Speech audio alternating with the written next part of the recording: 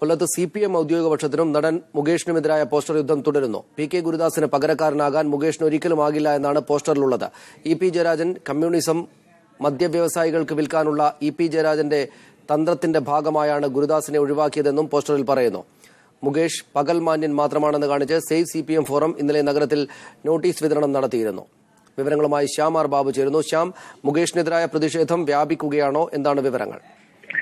തീർച്ചയായും സനീഷ്, കഴിഞ്ഞ 2 ദിവസങ്ങൾക്കിടെ ഇത് 3ാമത്തെ തവണയാണ് മുകേഷിനെതിരെ പോസ്റ്റർ പ്രചാരണവും അതുപോലെ തന്നെ നോട്ടീസ് വിതരണവും നടക്കുന്നത്. നേരത്തെ കഴിഞ്ഞ ദിവസം സേവ് CPM ഫോറം എന്ന പേരിൽ കൊല്ലം നഗരത്തിൽ നടത്തിയ നോട്ടീസ് വിതരണത്തിൽ പ്രത്യേകിച്ച് മുകേഷിന്റെ പേര് എടുത്തു പറഞ്ഞുകൊണ്ടുള്ള ഒരു നോട്ടീസ് വിതരണം നടന്നിരുന്നു.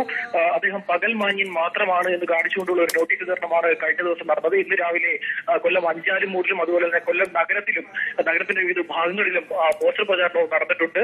അതിൽ പറഞ്ഞിരിക്കുന്നത് PK ഗുരുദാസിന് പകരം വെക്കാൻ ഒരിക്കലും മുകേഷിന് സാധിക്കില്ല, അത്തരത്തിലൊരാളെ പകരക്കാരനാകാൻ മുകേഷിന് സാധിക്കില്ല എന്നും കാണിച്ചുകൊണ്ടാണ് ഇത്തരത്തിൽ പോസ്റ്റർ പ്രചാരണം നടന്നിരിക്കുന്നത്. കഴിഞ്ഞ 2 ദിവസങ്ങളിലെ 3 തവണയാണ് ഇത്തരത്തിലുള്ള പ്രതിഷേധ പരിപാടികൾ അരങ്ങേറിയിട്ടുള്ളത്. സനീഷ്.